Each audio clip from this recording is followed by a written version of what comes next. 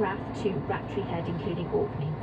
Southwesterly, varying westerly or northwesterly, 4 to 6, occasionally 7 in the north.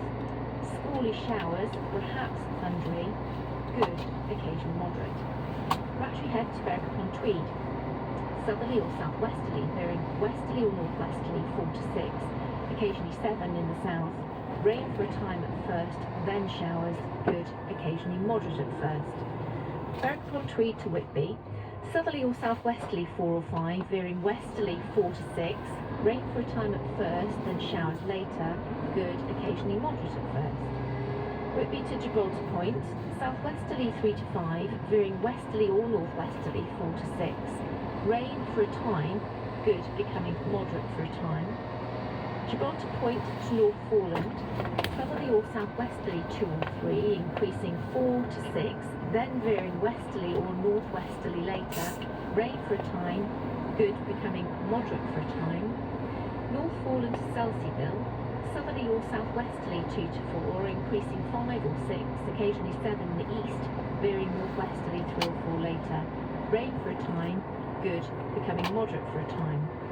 Selseyville to Lyme Regis, variable 3 or less, becoming westerly or southwesterly 4 to 6, veering northwesterly 3 or 4 later. Rain or showers for a time, good, occasionally moderate. Lyme Regis to Land's End, including the Isles of Scilly. Westerly or northwesterly 2 to 4, backing westerly or southwesterly 4 to 6 for a time. Rain or showers for a time, good, occasionally moderate. Land's End to St David's Head, including the Bristol Channel. Westerly 4, increasing 5 or 6, veering northerly or northwesterly 3 to 5 later.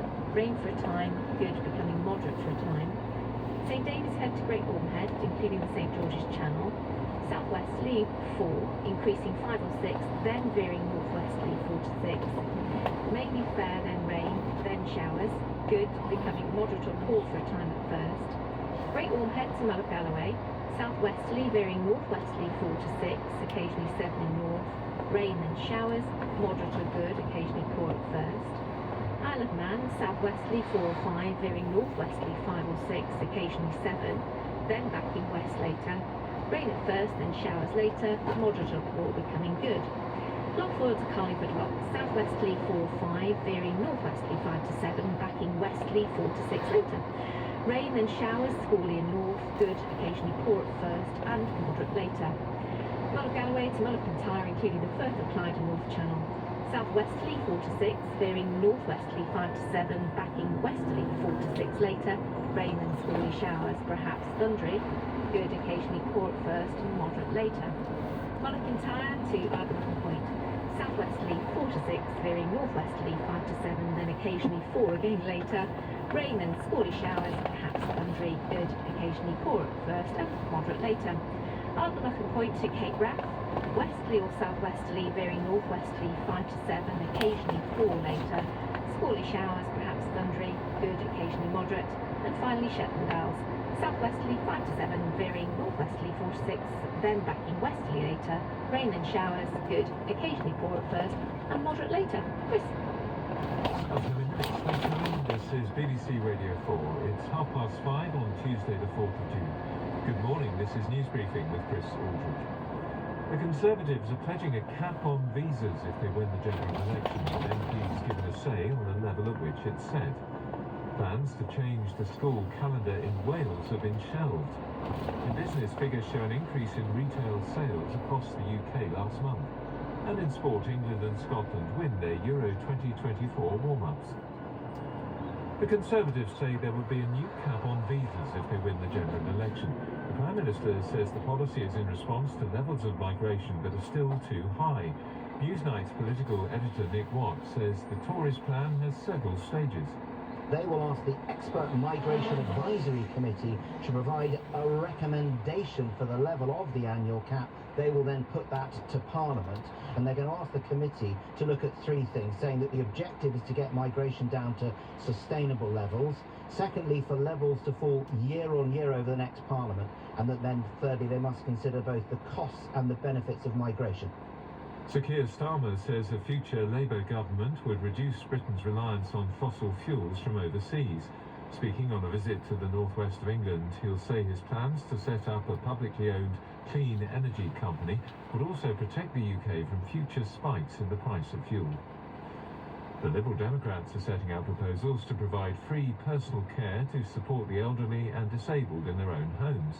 The party believes this approach would ease pressure on the NHS in England.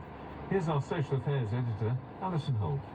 Currently in England, only those with an income and assets under £23,250 get help with the cost of care at home or in residential and nursing homes. The Lib Dems say they will introduce free personal care, a similar system to the one that is operating in Scotland for the past 20 years. It would cover costs like nursing care and daily support for older and disabled people with high needs. The Lib Dems say it will cost an extra £2.7 billion a year, paid for by reversing tax cuts for big banks. Independent experts suggest the costs are likely to be higher. Counting is underway in India's general election after 6 weeks of voting. 642 million people have cast their ballots. Exit polls suggest the Prime Minister Narendra Modi is on track to secure a third term in office. The Welsh Government has abandoned plans to change the school year from 2025. Ministers believed attendance and attainment could be improved by shortening the summer holidays to 5 weeks and making the October half-term grow to fortnight. The plans met opposition from teaching unions and the tourism industry. No changes will be introduced before the next Senate elections in 2026. Ethna Hughes from the Association of School and College Leaders Cymru says the entire process has been a mess. I've been going on with this since January 2022, since it was first announced. We're now in June 2024 and we're no further forward. So while we welcome the announcement, we don't welcome the waste of time, effort, energy and money that it has taken to get to this space. Around 25 Second World War veterans are due to set sail from Portsmouth this morning to join commemorations in France to mark the 80th anniversary of D-Day. The group are taking with them a commemorative torch from the Commonwealth War Parades Commission. The torch will feature prominently at the vigil in Bayeux tomorrow. That's BBC News at 26 minutes to 6 and back to Helen Willis for the weather. Thanks again, Chris. Good morning. Got high pressure with us today, which means that it will be, for some, fairly wet with showers following. It's turning cold. Arctic air will descend right the way across the UK by the end of the day. So it will feel chilly. But honestly, the sun is strong. We're in June now, so if you're outside that breeze, it'll feel pleasant enough.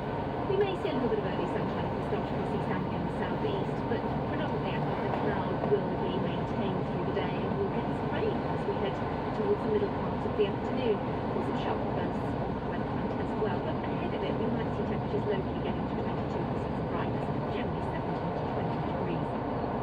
Now, further north and west of England, including Wales, we've got that rain to start with. It's already across northern England, it'll be moving its way southwards to most parts as we go through this morning. Could be some fairly sharp bursts of rain as it starts to clear later on this afternoon. Might be some sunshine coming through North Wales and northern England. 14 to 17 highs here. To Northern Ireland, it's also going to be a cloudy, fairly wet start actually for some, but the afternoon promises brighter spells, some sunshine from lunchtime onwards, but that brisk wind will set in from the northwest, blowing in some showers, potentially heavy and thundery as we see for Scotland. Already that's brighter weather with showers and winds across the western Isles. It turns chilly here as well, so temperatures 11 to 12 in that fresher air and that sunshine, but a wet start for some places. It's still clear this morning. Okay, thanks. And then we'll turn now to the Cabinet Papers. North Nature's featured the return of Nigel Farage to lead Reform UK. Polls suggesting the Conservatives could be reduced to just 140 seats. Rishi's darkest hour is the headline in the Daily Mail. Farage blows apart Tory election plan was the Eye's take. In what's called a shock U-turn by the Daily Express, Mr Farage also announced he would attempt to become MP for Clacton in Essex. The Sun reports that the bookmakers have him at evens to claim the seat in his 8th attempt to enter Parliament. According to the Times, he changed his mind about standing in the constituency at about 2 o'clock on Sunday afternoon, following a day fishing, walking his dogs and going to the pub. A senior Tory is quoted in The Guardian as saying Nigel Farage's return poses an existential threat. The Financial Times has spoken to Conservative insiders who believe reform could could take the former Brexit strongholds of Clapton, Hartlepool, Boston and Skegness. The Daily Telegraph details some of the anger towards Downing Street for failing to neutralise the threat of reform. One Conservative candidate says they should have done a deal with Mr Farage's party. Another adds that Tory members and MPs have been thrown to the wolves by the incompetence of Number 10. Vote for Farage is more likely to end up with Starmer in Number 10, was the message from the Prime Minister in the Daily Express. Laying out what the paper says is a clear choice facing Conservative voters, Mr Sunak says progress on tackling the small boats crisis will be lost. Punishing green penalties will hit hard-pressed families and taxes will rise if Labour win. The Sun's leader says a dull and petty election campaign changed with a bang yesterday when Nigel Farage made his announcement. Highlighting his talent for guerrilla politics, the Times leading article says his intervention threatens to tear an arm off the Conservatives. But there's a note of caution for Mr Farage in the Eye's letter from the editor, namely that everyone who's attracted to reform is already backing the party, meaning his comeback does little to shift the dial. The poll suggesting the Tories could be reduced to just 140 seats represents a meltdown, according to the Daily Mirror. The paper says a Labour majority of 194 will be on the cards, and what Metro says would be a